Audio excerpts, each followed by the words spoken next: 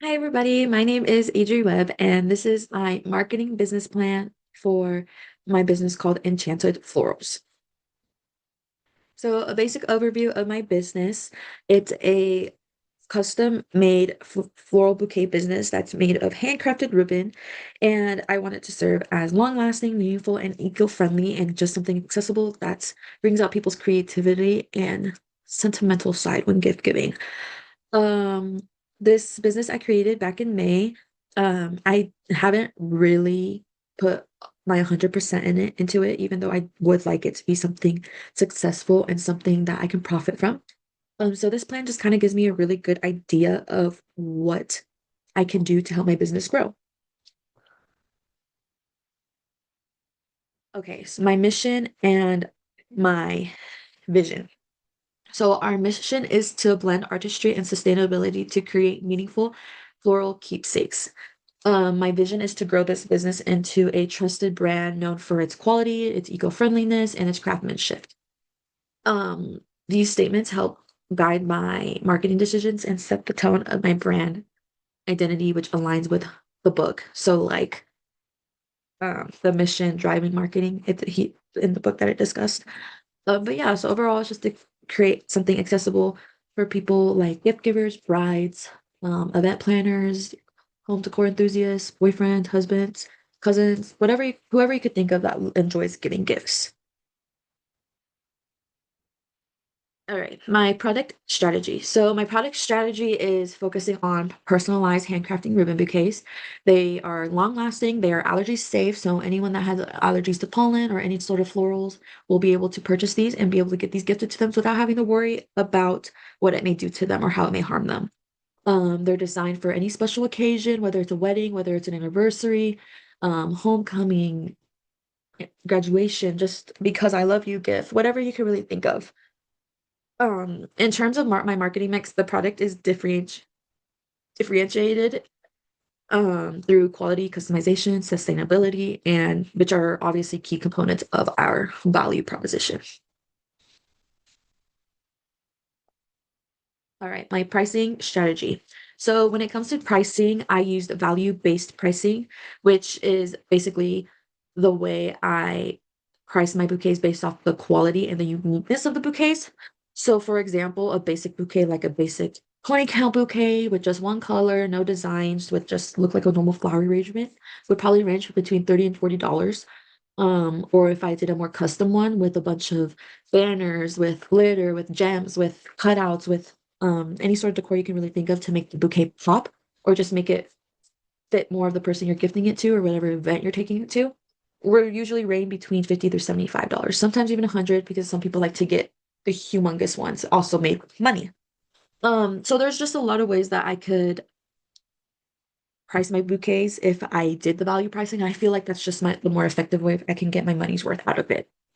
Um, Other examples of ways I can do my pricing with this is like using the psychological pricing or using the competitive pricing, like hacks. So with the competitive pricing, I can compare it to other companies or businesses or see like if I were to start being a full-time Etsy person, like how much they range from, or if I were just to keep it local and keep it on like my local Facebook market page or on my social media page for everyone in the vicinity of my city, I can definitely change the pricing just because it would probably want to help me build and grow faster. So, and then eventually up my pricing so it's more valuable.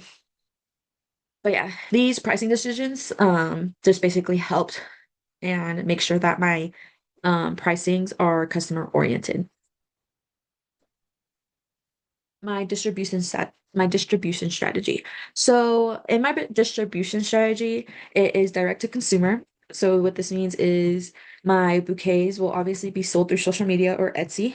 Um, and as long as until I get an actual store, which is a way bigger future goal. So I would do it through a website like Etsy, social media shops like Instagram, Facebook, which I currently use now. Or I could do local pickup like at craft fairs or flea markets, which I did do one this summer. Really fun. It just gives me more control over the customer experience and it makes sure I'm more in touch and more connected with my customers so that they can really understand how much hard work and how much craftsmanship is going into these arrangements and how meaningful it really is to the us as much as it is to them. My promotion strategy. For my promotion strategy, I'm using integrated marketing communication, which is basically Instagram, TikTok content, like videos, pictures, giveaway announcements, pricing announcements, closure updates, like anything I could really do to stay communicating with my audience and also reach out to my audience and bring in more people. Being said, my approach is basically really trying to grab people's attention that I know will they where they'll be looking. All right. With that, my promotion, this would be my target market marketing. So this would be the people I'm targeting when I'm marketing. My market is segmented by demographics, psychographics, and people's behavior. So this includes gift givers, obviously boyfriends, girlfriends, grandparents, husbands, wives, whatever you can think of, constantly getting gifts for weddings, birthdays, graduation, something easy and fast. Um, Event planners and home decor buyers, they're usually something specific that want a specific design for to make the event more meaningful. Inkle conscious or allergy sensitive consumers. So people, target audience would be people who usually can't get gifted flowers or allergic to certain flowers. I will be able to create or learn how to create for them so they are able to experience something that they enjoy seeing or looking at and wish they could enjoy without harming themselves. And then obviously people who care a lot about recycling and helping the planet. These are very eco-friendly. I'm able to recycle old ribbon or even take from others that want to throw it away. So instead of wasting it, I can repurpose it to create these arrangements. Um, Using my segment targeting and positioning model, I position Enchanted Florals as a meaningful, customizable, and sustainable gifting option. My marketing goals. So my overall goals for when it comes to marketing, this is just over the base of the next like few months, like maybe even for the beginning of the next year. My goals follow the SMART framework. For example, one of my goals is reaching 500 Instagram followers and 200 TikTok followers within the first 3 months of the year. Um, this will help me make sure that I'm doing enough to bring in that audience and ensuring that I reach my goals and will let me know if my business is being really successful and my characteristics and my skills are also being successful and helping my business. Um, so with that being said, these goals help track my performance and guide strategy. I try to do every few months to have a different goal.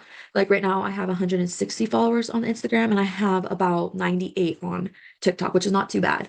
So with that, these goals will help me push like to maybe even posting two times instead of 2 times a week, 5 times a week, or instead of posting more pictures, post more videos of me talking to share more information, tutorials, just bring more ideas for me to be able to promote my business better.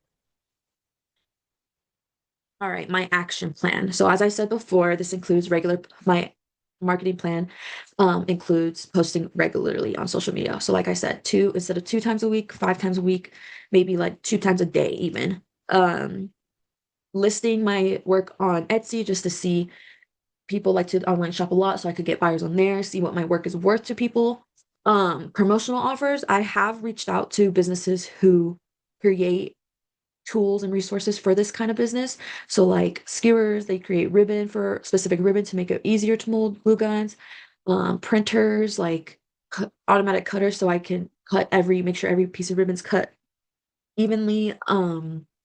Just a lot of easy tools that help out with this process and make it easier.